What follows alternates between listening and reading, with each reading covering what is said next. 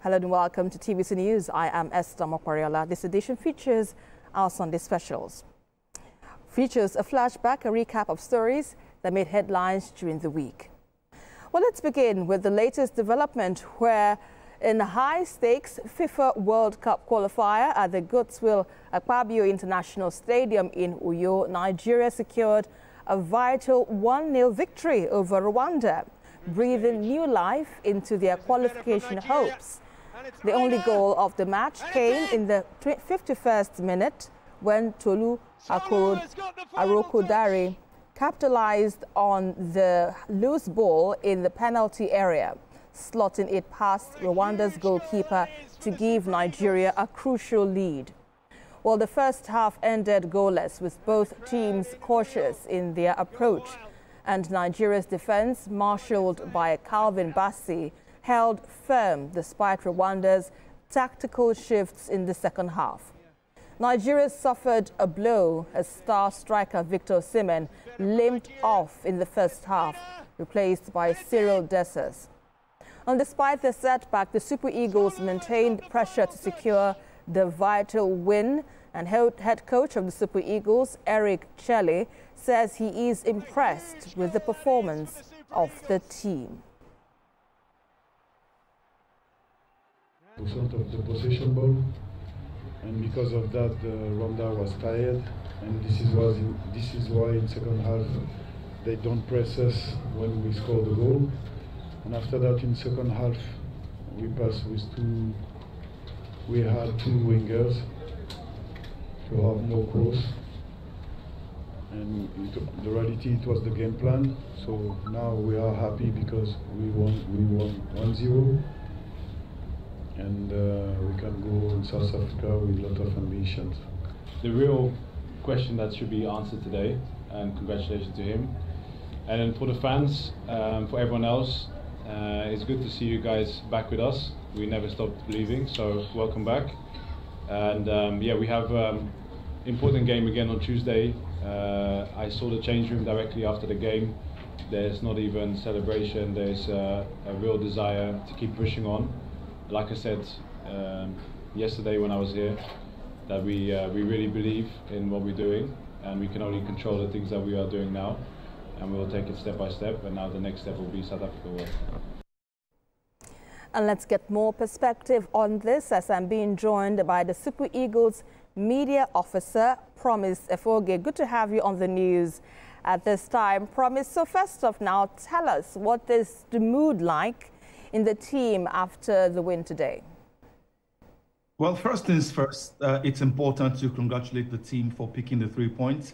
It's Nigeria's first home win in the World Cup qualifying campaign. The last time we played at home, it was a 1-1 draw against Zimbabwe. So in 7 games played in the World Cup series, in the World Cup qualification series, this is the first win at home and second win in 7 games, and that puts the Nigerian team number 3 at the moment, behind South Africa and Benin Republic, who have 11 points at this point, at this time. And so after the game, you know, you would expect when a team wins a game, they would celebrate in the dressing room.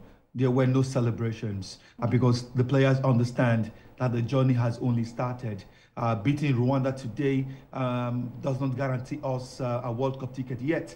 You know, we must go to South Africa, pick maximum points, and ensure that every other game in the qualifying series is won. But a step at a time. This is a good step in the right direction for the team. Winning at home, that boosts confidence, it boosts morale going into the next fixture on Tuesday.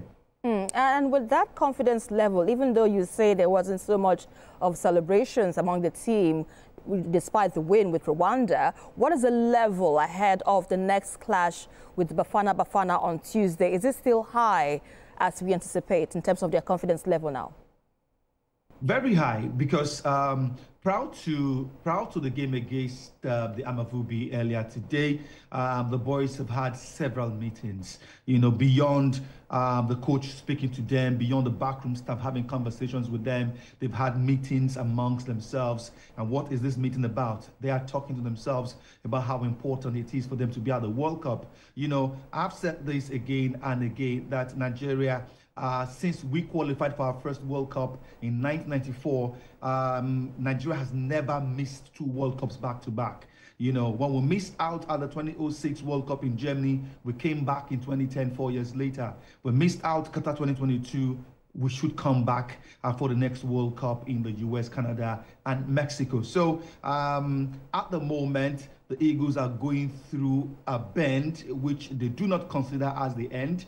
They know that they had made mistakes in the past by not, picking points when they should have. But the good news for them is that it is not over yet.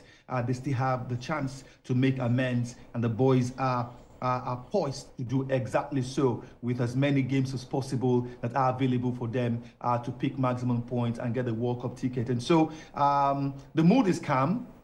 They are not carried away by the victory today, because they know that there are bigger battles in front of them. Beating South Africa in South Africa is a huge battle. They know this. And so no one is overjoyous. Yeah, we're happy we won today, but no one is over celebrating, because we know there are bigger battles ahead which must be won.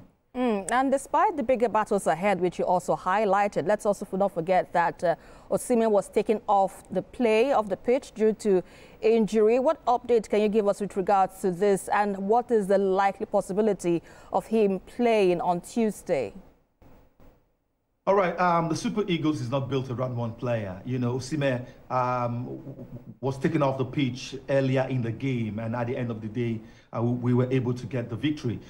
So Osimhen is an important player in the Super Eagles, no doubt about that. But in his absence, there is a certain Tolu Arokudare, who got the winning goal today. There is a Cyril Desas. There is the Chrisantos Uche, who's not even tasted action yet. So the team has got a plethora of players in every department that can fill in for the absence of any other player. But I had a conversation with Osimhen just about 5-10 minutes ago before I came on the news tonight, and he says there is a slight swelling on his chin.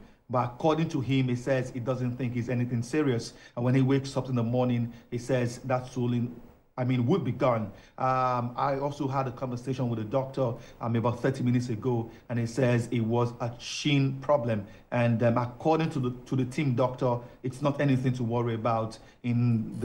Perhaps in 24 hours, according to him, Osimhen should be back to training and perhaps may be available for selection.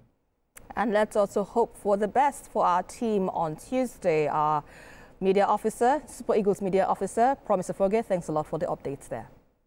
Thank you, Esther.